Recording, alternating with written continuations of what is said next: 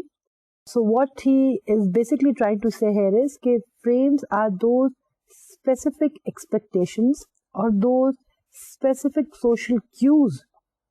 that help him in determining or in making sense of a social situation, and in the light of that he keeps on changing his behavior.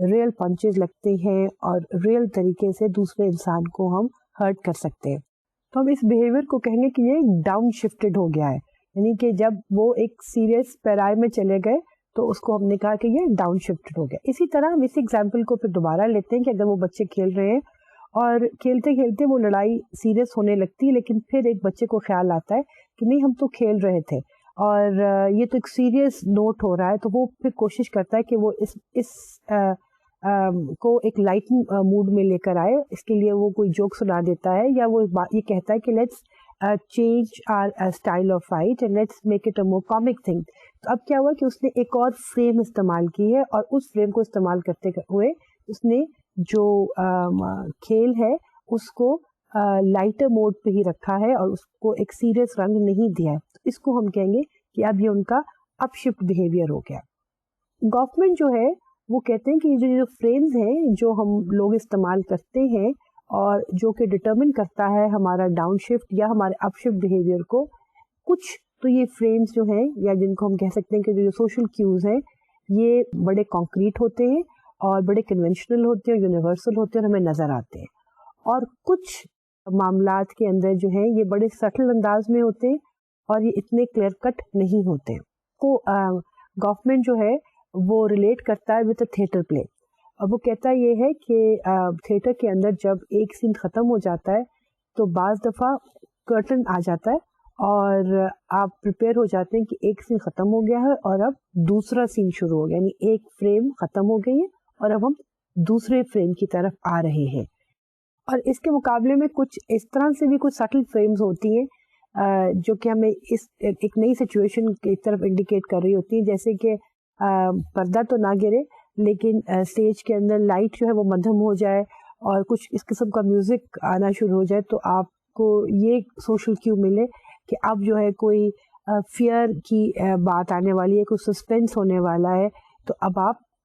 جو سین ہے اس کو آپ اس طرح سے ہی سمجھنے کی کوشش کریں گے.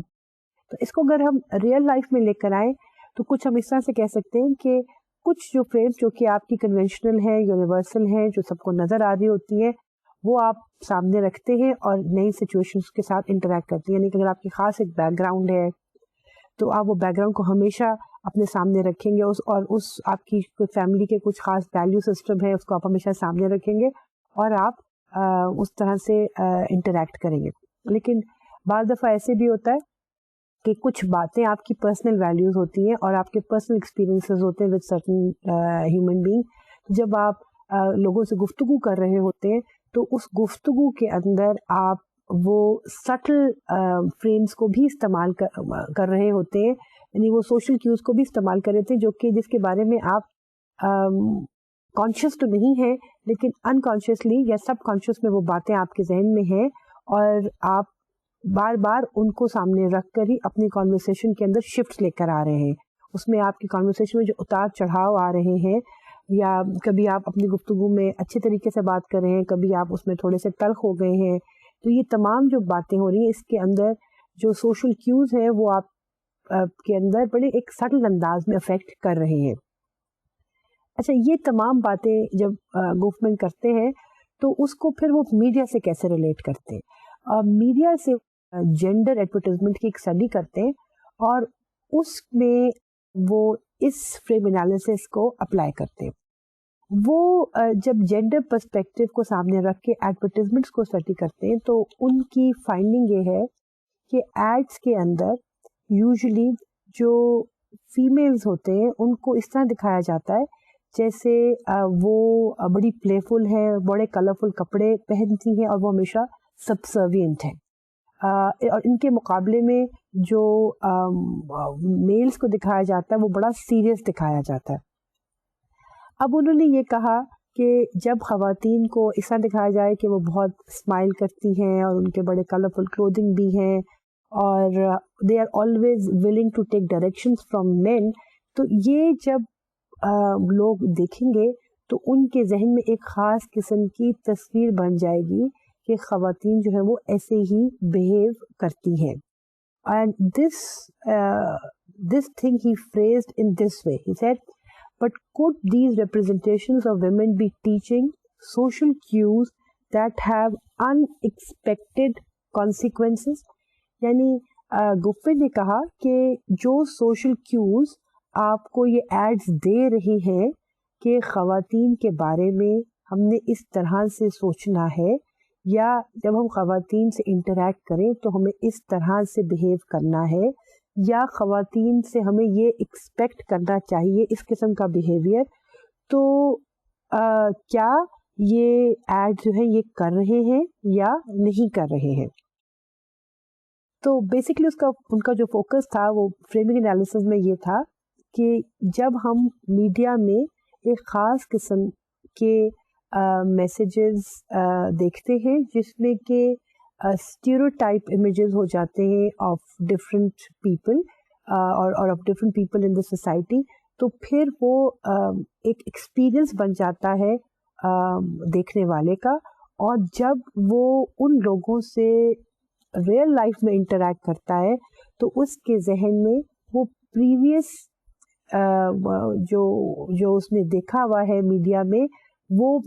میسیجز جو ہے وہ ہوتے ہیں، اور وہ اپلائی کرتا ہے اپنے اس نئے انٹریکشن کے اندر. یعنی the social cues are provided to the individuals from the media, and this thing is reflected in the way people interact in the society. اب اس میں انٹرسٹنگ بات یہ ہے کہ یہ ضروری نہیں ہے کہ جو میڈیا ہے وہ جو ایک خاص امیجز بنا رہا ہے یا خاص سوشل کیوز دے رہا ہے وہ میڈیا ہی نے بنائے ہوں. یہ بھی ہو سکتا ہے کہ وہ معاشرے میں آلریڈی ایگزسٹ کرتے ہوں اور وہ صرف اس کی ڈپکشن کر رہا ہے، لیکن پھر گوفمن کہتے ہیں کہ وہ جو ڈپکشن ہے وہ بیسکلی ری انفورس کر رہے ہیں وہ ایٹیٹیوڈس یا وہ اسٹیریوٹائپ امیجز جو کہ معاشرے میں ہے. یعنی اگر خواتین کے بارے میں یہ ایڈس میں آ رہا ہے کہ وہ پلے فل ہیں and they are always ready to listen to the male, تو یہ ضروری نہیں ہے کہ یہ چیز ایڈورٹیزمنٹ نے انٹروڈیوس کرائی ہے، بلکہ یہ بھی ایڈ ممکن ہے کہ یہ چیز آلریڈی معاشرے میں ایگزسٹ کرتی ہے، لیکن جب یہ چیز ایڈ میں آ جاتی ہے تو یہ چیز اس رویے کو ری انفورس کر دیتی ہے، اور پھر یہ جو ہے یہ ایک سوشل کیو بن جاتا ہے معاشرے میں جب لوگ دوسرے لوگوں کے ساتھ ریئیکٹ کرتے ہیں. تو اس طرح سے فریمنگ انالیسس کے اندر گوفمین نے میڈیا کو اور آڈینس کے آپس کے ریلیشن شپ کو ڈپکٹ کیا ہے. اس تھیری کے ساتھ جو ہم نے دوسری تھیری پڑھنی ہے جو کہ مور اور لیس اس کی ایکسٹینشن ہی آپ سمجھ لیں، یا آپ اس کو اس طرح سے سمجھ لیں کہ جو آڈینس ہے جس طرح سے میسیجز کو لیتے ہیں اس میں جو سائیکولوجیکل فیکٹرز ہیں وہ کون سے ہیں، اور جس کو سامنے رکھ کر ہم یہ دیکھتے ہیں کہ میڈیا کے کیا افیکٹ ہیں. یعنی we are studying the audiences and we are trying to study that how the audiences are interacting with the new situations in the light of the social cues that are provided by the media. So audience کا ہم study تو audience کے perspective سے یہ theory کر رہے ہیں، لیکن ہم یہ دیکھ رہے ہیں کہ کون سی وہ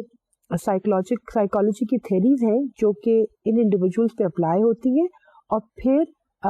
وہ میڈیا سے جو میسج لیتے ہیں اس کا ان کے اوپر کیا اثر ہوتا ہے، اور وہ اثر جو ہے ان کے انٹریکشن میں کس طرح سے نظر آتا ہے. جو دوسری تھیوری ہم نے آج ڈسکس کرنی ہے وہ ہے information processing theory. Information processing theory جو ہے وہ بیسکلی کوگنیٹو سائیکالوجسٹ نے کچھ اس طرح سے ہمیں سمجھانے کی کوشش کی کہ کس طرح سے جو ہیومن بینگز ہیں جو کچھ بھی ان کے ارد گرد ہو رہا ہے اس کو کس طرح سے وہ لیتے ہیں، کس طرح سے وہ سمجھتے ہیں، اور کس طرح سے وہ انفارمیشن کو سفٹ آؤٹ کرتے ہیں. یعنی ان کے ارد گرد جو ہے بہت کچھ ہو رہا ہوتا ہے، اور ضروری نہیں ہے کہ جو کچھ بھی ان کے ارد گرد ہو رہا ہے وہ سب ہر چیز کو وہ اسیمولیٹ کرے، بلکہ یہ بھی یہ ہوتا ہے کہ وہ ایک پروسیس استعمال کرتے ہیں جس کی وجہ سے وہ کچھ انفارمیشن کو تو اپنے ساتھ رکھتے ہیں اور کچھ کو جو ہے وہ صرف ڈراپ آؤٹ کر دیتے ہیں. دے لیو اٹ. سفٹنگ کا مطلب یہ ہوتا ہے کہ جیسے چھاننی ہوتی ہے کہ کوئی چیز باہر نکل آتی ہے اور کچھ چیز رہ جاتی ہے. تو جو کوگنیٹو سائیکالوجسٹ تھے جب انہوں نے انفارمیشن پروسیسنگ تھیوری کی بات کی تو وہ بیسکلی یہ بات ڈیولپ کرنا چاہ رہے تھے کہ جو ہیومن بینگز ہیں وہ اپنے سینسر جو 5 سینسز ہیں جب ان سے انفارمیشن اکٹھی کرتے ہیں تو پھر کس طرح سے وہ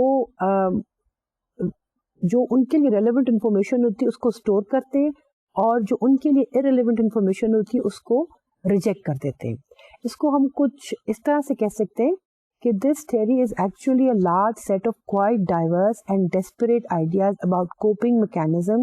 and strategies and provide yet another way to study media audience activity. Researchers work to understand how people take in, process and store various information that are provided by the media. یعنی جو researchers ہیں وہ یہ کوشش کرتے ہیں کہ وہ یہ معلوم کریں کہ in the light of this information theory processing theory کہ کس طرح سے جو آڈینس ہے وہ جو بھی میسیجز میڈیا میں سے آ رہے ہیں اس کو وہ دیکھتے ہیں یا لیتے ہیں, پھر اس کو کس طرح سے اسیمیلیٹ کرتے ہیں اور کس طرح سے وہ اس کو اسٹور کرتے ہیں. لیکن ہم میڈیا کے ساتھ یہ جو سسٹم تھیوری ہے اس کو سمجھنے سے پہلے ہم صرف سسٹم تھیوری کو ہی سمجھنے کی کوشش کرتے ہیں کہ what do we mean by system theory. As I just mentioned it to you earlier کہ we all are flooded with lots of information around us and we are getting this information through our 5 senses. یعنی ابھی آپ بیٹھے ہوئے تو آپ کے کانوں میں جو میں بات کر رہی ہوں وہ بھی آ رہی ہے,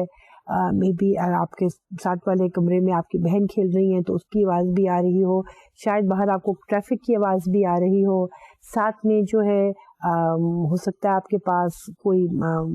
پیٹ اینیمل بیٹھا ہوا ہے تو آپ اس کو پیٹ بھی کریں تو you are feeling something also. یہ بھی ہو سکتا ہے کہ نیچے کچن میں کھانا پک رہا ہو اس کی خوشبو بھی آپ کو آ رہی ہے. تو all this information you are receiving through your 5 senses and every moment of the day this is happening. اب یہ جو مسئلہ ہے وہ یہ ہے کہ جب اتنا کچھ ہو رہا ہے اور ان تمام سینسز کے تھرو انسان جو ہے وہ انفارمیشن نان اسٹاپ ریسیو کر رہا ہے, تو جو انڈیویجولس ہیں وہ اتنی ساری انفارمیشن کو کس طرح سے مینیج کرتے ہیں. اور اس کو آپ کچھ اس طرح سمجھ لیں کہ there something like complex computers ہیں جو کہ اتنی ساری انفارمیشن جو ہے وہ گیدر کر رہے ہیں. اب اس میں سے انہوں نے یہ سفٹ آؤٹ کرنا ہے کہ کس کو انہوں نے ریٹین کرنا ہے اور کس کو انہوں نے ریجیکٹ کر دینا ہے, کس کو انہوں نے اپنی میموری کے اندر ڈالنا ہے اور کس کو انہوں نے اپنی میموری میں نہیں ڈالنا ہے. اس کو ہم اس طرح سے بھی کہہ سکتے ہیں کہ سپوزنگ کوئی شخص جو ہے وہ کتاب پڑھ رہا ہے. اب وہ کتاب جب پڑھ رہا ہے تو اب اس کی جو انٹینشن ہے وہ یہ ہے کہ جو کچھ بھی میں کتاب میں پڑھ رہا ہوں اب وہ مجھے پوری طرح سے سمجھ میں آئے اور وہ میرے میموری میں اسٹور ہو جائے. لیکن عین اس وقت جو ہے وہ کتاب پڑھنے کے ساتھ ساتھ اور بھی چیزیں اس کے ارد گرد ہو رہی ہیں. جیسے میں نے بھی ذکر کیا کہ کوئی اور قسم کے شور بھی ہو رہا ہو, شاید کسی نے میوزک لگایا ہو تو وہ بھی ہو رہا ہو, اور کوئی اور کوئی ساتھ میں کمرے میں گفتگو کر رہا ہے ہو رہی ہے تو وہ بھی اس کے کانوں میں پڑ رہی ہو. اب یہ ہے کہ اب اس شخص پہ منحصر ہے کہ وہ کیا جو باقی انفارمیشن یا جو باقی جو ساؤنڈز ہیں ان کو وہ ان کی طرف بالکل کان نہ دھرے اور صرف کنسنٹریٹ کرے جو وہ کر رہا ہے, یا وہ اگر وہ ایسا نہیں کر سکتا ہے تو اور یہ تمام جو انفارمیشن ہے جب اس پہ اثر انداز ہو رہی ہے تو عین ممکن ہے کہ جو وہ سمجھنے کی چیز کوشش کر رہا ہے وہ اس کو نہ ہی سمجھ میں آئے. تو اس کو کہتے ہیں کہ انفارمیشن پروسیسنگ تھیوری, کہ کس طرح سے جو انسان ہے وہ جب کوئی چیز حاصل کرنا چاہتا ہے یا جب کوئی چیز سمجھنے کی کوشش کرنا چاہتا ہے تو وہ جو irrelevant انفارمیشن ہوتی ہے اس کو سائڈ لائن کر دیتا ہے اور وہ انفارمیشن جو وہ سمجھتا ہے کہ it is most important for him to remember اس کو سامنے رکھتا ہے. So according to some cognitive psychologists or theorists, we are not much of information handlers as information avoiders. یعنی ہم نے جو اپنے اندر جو انفارمیشن لینے کا جو پروسیس کیا ہوا اس کے اندر ہمارے ہاں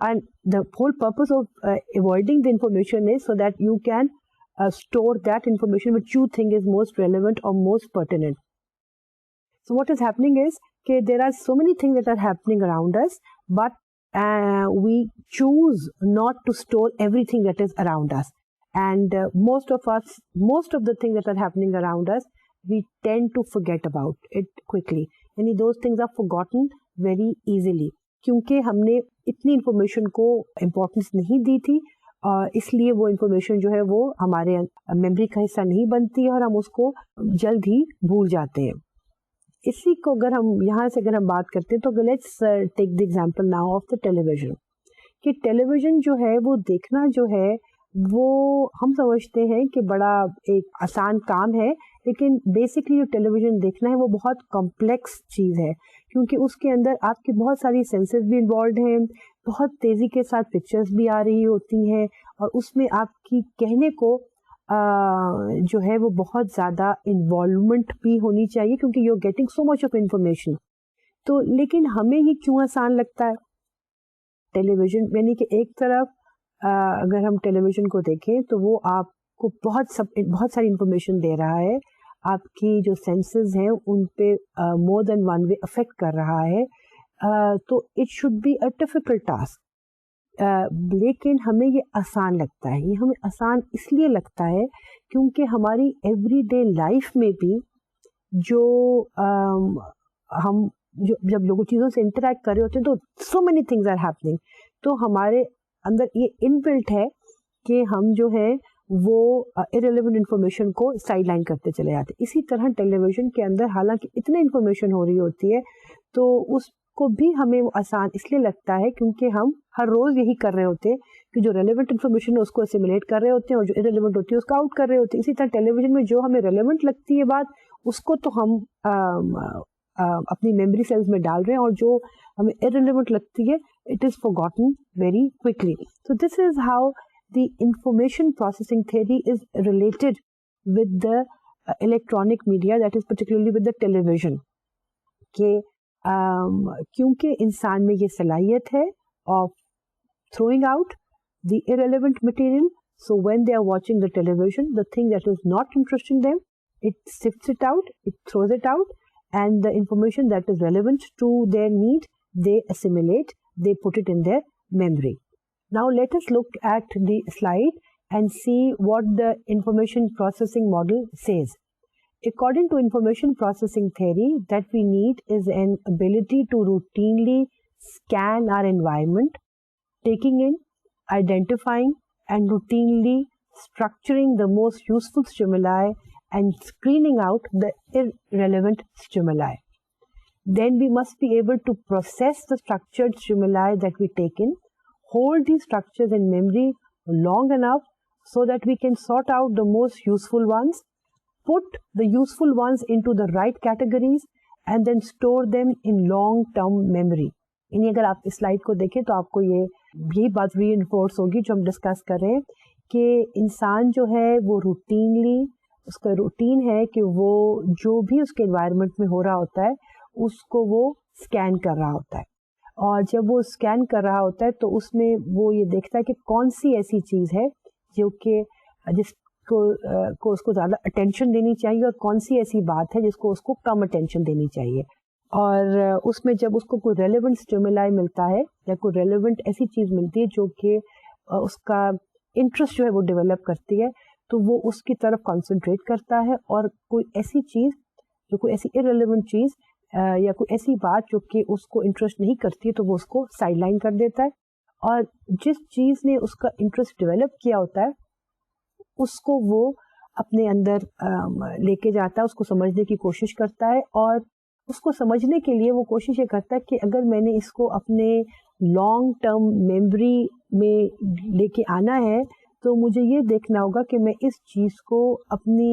ذہن کے کس حصے میں رکھوں یا اس کو میں کس طرح سے کیٹیگرائز کروں گا تو یہ مجھے چیز یاد رہے گی. اور جب وہ اس کو کیٹیگرائز کرتا ہے keeping this thing in mind that this is something that interests me and I have to remember, تو وہ جب اس کو کیٹیگرائز کرتا ہے تو پھر اس طرح سے وہ اس کی لانگ ٹرم میموری کا حصہ بن جاتی ہے. Described in this way, the process seems simple, but cognitive psychologists are finding that the process is quite complex with many different information screening scales and various processing stages. ابھی جیسے کہ میں نے بتایا آپ کو کہ انفارمیشن جو پروسیسنگ جو ماڈل ہے وہ جس طرح میں نے بھی سمجھایا ہے وہ کہنے کو تو آسان لگتا ہے, لیکن سائیکالوجسٹ نے یہ دیکھا کہ یہ اتنا سمپل نہیں ہے جتنا کہ ہم نے بنا دیا ہے. There are many other complex happenings that are taking place which are responsible with the way things are understood by the individuals and the way they are put into their memories. But anyway, we don't have to go into that thing. What we are basically interested in is how this theories apply when we are exposing ourselves to media messages. اس theory کو سامنے رکھ کے جو communication scholars تھے انہوں نے ٹیلی vision news کی جو پروسیسنگ ہے ان انڈیویجولس اس کو اسٹڈی کرنے کی کوشش کی, اور اس پہ بہت سے کمیونیکیشن اسکالرز نے کام کیا, اور انہوں نے جو ہے انسیڈنٹلی جو ان کی جو انفارمیشن یا جو ان کی جو فائنڈنگ ہے وہ کافی حد تک ایک جیسی تھی یا ملتی جلتی تھی. اس کے لیے ہمارے پاس بہت سا ریسرچ ورک بھی موجود ہے, اور کہ کس طرح سے ان اسکالرز نے یہ بتانے کی کوشش کی کہ جو ٹیلی ویژن نیوز ہے وہ انسان جو ہے وہ کس طرح سے اس کو ریٹین کرتا ہے یا کس طرح سے اس کو سمجھتا ہے. کہ جو اسکالرز نے جو جب یہ معلوم کرنے کی کوشش کی کہ جو ٹیلی ویژن نیوز ہے وہ انفارمیشن پروسیسنگ میں کیا اس کا رول ہے, تو جو انہوں نے جو ڈفرینٹ میتھڈ استعمال کیے اس میں سروے میتھڈ بھی تھا اور اس میں اسمال اسکیل لیبارٹری ایکسپیریمنٹس بھی تھے. اب انٹرسٹنگ جو ان کی فائنڈنگ ہے وہ یہ ہے کہ دے ور سرپرائز کہ جو ٹیلی ویژن نیوز ہے instead of facilitating the people in remembering the news item it was not doing so. یعنی جو ٹیلی ویژن نیوز ہے وہ لوگوں کو وہ انفارمیشن جو ہے ریٹین کرنے میں مدد نہیں دیتی ہے. This was a very surprising finding کہ کیا چیز ہے ٹیلی ویژن کے اندر کہ حالانکہ ٹیلی ویژن میں اتنی ساری نیوز انفارمیشن آ رہی ہے, لیکن جب لوگوں سے اس نیوز انفارمیشن کے بارے میں سوال کیے جاتے تھے کہ انہوں نے کتنا ریٹین کیا ہے یا کتنا سمجھا ہے, تو فائنڈنگ یہ بتاتی تھی کہ ٹیلی ویژن نیوز کی جو انفارمیشن ہے وہ ان کو اتنی اچھی طرح سے ان کی کمپریہنشن میں بھی ان کو نظر آیا کہ کمپریہینڈ بھی اچھا نہیں کیا, اور جب ان کو ریکال کے لیے کہا گیا تو انہوں نے ریکال بھی صحیح طرح سے نہیں کیا. تو اس میں they started studying the audience, اور اس میں جب یہ انفارمیشن پروسیسنگ تھیری کو سامنے رکھ کے جب آڈینس کے بیہیویئر کو لرننگ بیہیویئر کو سمجھنے کی کوشش کی تو پھر یہی سامنے آیا کہ آڈینس جو ہے اس نے اپنے آپ کو یوزلی ٹیلی ویژن کے ساتھ جب وہ لنک کرتے ہیں تو as an entertainment media link کرتے ہیں, اور اس کی وجہ سے جو ان کے اندر جو میں نے پہلے ڈسکس کیا کہ وہ یہ جو انسان انڈیویجول ہے وہ اس طرح سے دیکھتا ہے کہ جو اس کو ریلیونٹ انفارمیشن رکھتی ہے وہ اس کو اپنے اندر اسیمیلیٹ کرتا ہے, اور جو اس کو ریلیونٹ لگتی ہے اس کو وہ ریجیکٹ کر دیتا ہے. تو سم ہاؤ دی ادر جو آڈینس ہے انہوں نے ٹیلی ویژن کو انٹرٹینمنٹ کے ساتھ لنک کیا ہوا ہے. تو جو انٹرٹینمنٹ کے پروگرامز ہیں ادھر جو ہے وہ اس کی انفارمیشن لیول ڈفرینٹ ہے, اور جب ایکچوئل نیوز کی انفارمیشن کی بات آتی ہے تو اس میں کیونکہ ان کے مائنڈ کی ٹریننگ ہی ایسی نہیں ہوئی ہے کہ انہوں نے اس انفارمیشن کو بھی اپنے اندر اسیمیلیٹ کرنا ہے, اور اس کے بعد اگر کبھی ریپروڈیوس کرنے کا موقع ہے تو اس کو ریپروڈیوس بھی کرنا ہے, یا اس کو ریکال کرنے کا موقع ہے تو وہ بھی کرنا ہے. تو کیونکہ ان کی مائنڈ کی ٹریننگ ایسی نہیں ہوئی ہے, چنانچہ جو ٹیلی ویژن نیوز ہے اس کا وہ اثر نہیں ہے جو کہ عام طور پہ سمجھا جاتا ہے. یعنی television news does not play an important role when it comes to understanding of a news event and also when it comes to recalling of that news event. اس کے ساتھ ساتھ جو another interesting finding تھی وہ یہ تھی, you can't put the entire blame on the audience کہ جی audience نے جو اپنے mind میں جو لرننگ پروسیسز یا انفارمیشن پروسیسنگ کا جو پروسیجر بنایا ہوا ہے وہ ایسا ہے کہ جس کی وجہ سے ٹیلی ویژن کی جو نیوز ہے وہ اس کو آسانی سے ریکال نہیں کرتے، بلکہ اس میں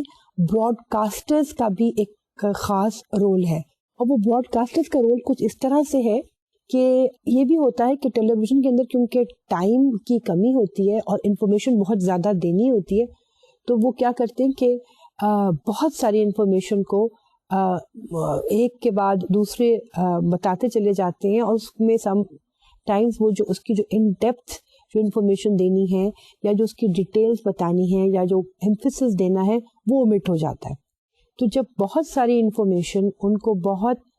کم عرصے میں ملتی ہے تو یہ بھی انفارمیشن پروسیسنگ تھیوری نے بتایا تھا، یہ بات پرپاؤنڈ کی تھی کہ جب انسان بہت زیادہ چیزیں میمورائز کر یا بہت زیادہ انفارمیشن لینا چاہتا ہے تو اس وقت جو اس کا جو میموری کا جو سسٹم ہے وہ اس کا ساتھ نہیں دیتا ہے. اور یہی چیز ٹیلی ویژن نیوز کے ساتھ بھی اپلائی کی گئی، اور یہ ریسرچرز کی فائنڈنگز کچھ اس طرح سے بنی کہ جو انفارمیشن ایک تھوڑے سے عرصے میں ٹیلی ویژن نیوز میں براڈ کاسٹ ہو رہی ہے وہ بھی ایک وجہ ہے کہ لوگ جو ہیں وہ انفارمیشن جو ہے اس کو پوری طرح سے نہیں سمجھتے ہیں، اور پھر اس کے بعد وہ اس کو پورے طریقے سے اس کو ریکال بھی نہیں کرتے ہیں. اس کے ساتھ ساتھ کچھ یوں بھی کنٹینشن بنی کہ جو ٹیلی ویژن نیوز ہے وہ کمبینیشن ہوتا ہے of complex visuals and verbal content. یعنی جو ٹیلی ویژن نیوز ہے اس میں تصویر بھی آ رہی ہے اور آواز بھی سنائی دے رہی ہے، اور بعض دفعہ کیا ہوتا ہے کہ تصویر اتنی پاورفل ہوتی ہے کہ جو پیچھے سے جو آواز ہے اس کی طرف اٹینشن کم جا رہی ہوتی ہے. تو اس کا نتیجہ یہ ہوتا ہے کہ جب آڈینس کو ریکال کرنے کے لیے کہا جاتا ہے کہ اس نیوز آئٹم کو ریکال کریں تو اس کو تصویر تو شاید یاد رہی لیکن جو اس کے ساتھ جو وربل میسج تھا وہ ہرگز یا بالکل یاد نہیں رہتا. تو this is how they try to understand they try to apply the information processing theory with the news information. اور اس میں جو بیسکلی ہم نے جو دیکھتے ہیں جو بھی ہم نے آڈینس تھیوریز پڑھی تو ہمیں یہ اندازہ ہوتا ہے کہ جب ہم میڈیا کو اسٹڈی کرتے ہیں ود دا سوسائٹی اور جب ہم میڈیا کے افیکٹس کو اسٹڈی کرتے ہیں تو we can not omit the importance of the audience. لیکن جب ہم آڈینس تھیوریز کو اسٹڈی کرتے ہیں تو ہمیں یہ معلوم ہوتا ہے کہ these theories are also not as simple as it seems like. یعنی جب ہم آڈینس پرسپیکٹو سے میڈیا کو اسٹڈی کرتے ہیں اور ہم یہ دیکھتے ہیں کہ جو آڈینس ہے وہ کس طرح سے میڈیا کو استعمال کر رہا ہے، کون سی اس کی نیڈ سیٹسفائی ہو رہی ہے، جب ہم یہ دیکھنے کی کوشش کرتے ہیں کہ وہ جس پرسپیکٹو سے میڈیا یا پرٹیکولر جو ٹیلی ویژن دیکھ رہا ہے یا اگر کتاب کو نیوز پیپر پڑھ رہا ہے تو وہ پرسپیکٹو جو وہ بڑا امپورٹنٹ رول ادا کرتا ہے اس میڈیا کے انفلوئنس کے اوپر. یعنی کہ جو میڈیا انفلوئنس کر رہا ہوتا ہے وہ that is very much dependent on the way the audience is exposing himself to that particular media. It is a very complex thing that is taking place, and so what has happened is that if we really want to find out what is the actual relationship of the way audience use the media and the effect of media, so we cannot get a simple answer. اب یہ scholars جو ہے اب they were trying to basically find out کہ جو audience کا جو behaviour ہے وہ میڈیا کے انفلوئنس کے ساتھ کس طرح سے ریلیٹڈ ہے. اس میں جو دو اسکالرز ہیں جنہوں نے کہ بیسکلی جو امریکن اسکالرز جنہوں نے کہ بیسکلی آڈینس کی اسٹڈی کی طرف اور امریکن اسکالرز کی توجہ دلائی، انہوں نے کچھ after so many audience researchers and so many audience theories they gave a couple of advices. We will study them. یہ جو دو اسکالرز ہیں ان کا نام ہے ایلو کارٹس اور J Blumler. They were the ones who publish this book the uses of mass communication. اور انہوں نے جو ہے یہ ایڈوائز دی ہے اب کہ کس طرح سے اب ہمیں آڈینس کے پرسپیکٹو کو سامنے رکھ کے میس کمیونیکیشن تھیوریز کو سمجھنا چاہیے. One of the first thing that they said was rejection of audience imperialism. Our stress on audience activity should not be equated with a serene faith in the full or easy realization of audience autonomy. یعنی سب سے پہلی جو وہ بات کرتے ہیں وہ یہ کہتے ہیں کہ جب آڈینس تھیری کی بات آئی تو ایک قسم کی یوں بات شروع ہونے لگی کہ جی آڈینس جو ہے وہ بہت زیادہ پاورفل ہے اور ہمیں آڈینس اسٹڈی کرنی چاہیے، تو پھر ہمیں افیکٹ آف میس میڈیا زیادہ بہتر سمجھ میں آئیں گے. اس طرح سے آڈینس یوز کرتا ہے میڈیا، تو اس طرح سے اگر ہم اس کو ہم سمجھ لیں گے تو ہمیں افیکٹس آف میس میڈیا بڑے اچھی طرح سے سمجھ میں آئیں گے. تو اس پہ وہ یہ دونوں اسکالرس کہہ رہے ہیں کہ یہ چیز بھی ذہن میں نہیں رکھنی چاہیے کہ جو آڈینس ہے وہ ان کے پاس فل اٹانومی ہے the way they use the media، اس میں ان کے کچھ restraints ہیں that should be kept in mind. Social roles constrain audience needs, opportunities and choices. The individual is part of a social structure and his or her choices are less free and less random than a vulgar gratification would presume. یعنی دوسری وہ بات یہ کہتا ہے کہ اگر آپ یہ چاہتے ہیں کہنا یہ کہ جی آڈینس جو ہے وہ آل پاورفل ہے اور اس کے پاس فریڈم آف چوائس ہے، تو یہ کہنا جو ہے وہ غلط ہوگا، کیونکہ آڈینس جو وہ ایک سوسائٹی کا حصہ ہے اور اس سوسائٹی میں بہت سارے ریسٹرینٹس ہیں، بہت سے کنسٹرینٹس ہیں، اور وہ کنسٹرینٹس کو سامنے رکھ کر آڈینس جو ہے وہ چوائس کرتا ہے جب بھی وہ کسی میڈیم کے سامنے اپنے آپ کو ایکسپوز کرتا ہے. یہ جو کنسٹرینٹس ہیں یہ ہم نے بڑی ڈیٹیل میں یوزز اینڈ گریٹیفیکیشن تھیوری میں ڈسکس بھی کیے ہیں. تھرڈ پوائنٹ جو یہ دو اسکالرز ہمیں بتاتے ہیں، یا جو تھرڈ ایڈوائس ہمیں وہ کرتے ہیں when it comes to audience theory is this: texts are also to some extent constraining. In our zeal to deny a one-to-one relationship between media content and audience motivation, we have sometimes appeared to slip into the less warranted claim that almost any type of content may serve any type of function. ساتھ میں وہ یہ کہتے ہیں کہ آپ جو ہے جو ٹیکسٹ جو ہے اس کی امپورٹنس کو بھی انڈرمائن نہ کریں. یعنی جب آپ آڈینس کی کو اسٹڈی کریں اور ان کی the way they use the media، تو اس میں جو میڈیا کا جو ٹیکسٹ ہے اس کو بھی اسٹڈی کریں، کیونکہ جو ٹیکسٹ ہے وہ بھی مینیپولیٹ کرتا ہے how the audience is using the media. یعنی کہ یو جسٹ کی not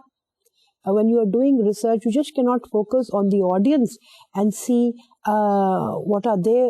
behavior. You also have to look into the text of the media and see that how the text of the media is manipulating or is motivating the audience to expose themselves to a certain media. Their fourth assertion is that these three propositions inject into the uses and gratification paradigm an essential element of realism, without reducing our normative commitment to the would-be active audience member and to the provision of media materials designed to enable him or her to realize his or her purposes. جو چوتھی advise یہ دونوں scholars دیتے ہیں کہ جب آپ audience research کر رہے ہو تو ٹھیک ہے، آپ ٹیکسٹ کو بھی دیکھیں اور یہ بھی اسٹڈی کرنے کی کوشش کریں کہ کس طرح سے جو ٹیکسٹ ہے وہ انفلوئنس کر رہا ہے آڈینس کی چوائسیز کو. سملرلی آپ سوشل کانٹیکسٹ کو بھی سمجھنے کی کوشش کریں جو کہ یہ ڈٹرمن کر رہا ہے، جو کہ آڈینس کے لیے ڈٹرمن کر رہا ہے کہ انہوں نے کیا چوائسیز لینی ہو. لیکن ساتھ ساتھ آپ آڈینس کی وہ نارمیٹو کمٹمنٹس بھی، یعنی وہ ویلیوز جو کہ آڈینس کے کو بہت آڈینس ان کے ساتھ بہت اپنے آپ کو لنک کرتا ہے اور وہ یہ چاہتا ہے کہ میڈیا میں ایسے ہونا چاہیے اور ایسے نہیں ہونا چاہیے. یہ فیکٹر بھی ایک بہت امپورٹنٹ فیکٹر ہے in deciding what the audience wants to expose themselves to. یعنی ایک جو نارمیٹو کمٹمنٹ ہے آف دی آڈینس، جیسے کہ آپ کی اور ہماری کچھ کمٹمنٹس ہو سکتی ہیں جس میں ہم یہ سمجھتے ہیں کہ جی میڈیا میں یہ چیز ہونی چاہیے اور یہ چیز ہرگز نہیں ہونی چاہیے، اور یہ چیز اگر ہوتی ہے تو اس سے یہ بھلائی ہوگی یا یہ مورل ویلیو جو ہے وہ بڑھے گی، اور یہ چیز اگر ہوگی تو اس سے ایک مورل ویلیو جو ہے وہ بڑھے گی. اب یہ جو کمٹمنٹ ہے یہ بھی ڈٹرمن کرتی ہے کہ آڈینس جو ہے وہ اس کے سلیکشن آف دا میڈیم پہ، اس کی سلیکشن آف دا کنٹینٹ کے اوپر. مثال کے طور پہ اگر آپ کے ذہن میں یہ ہے کہ جی میڈیا ایک جو ٹیلی ویژن ہے اس کے اندر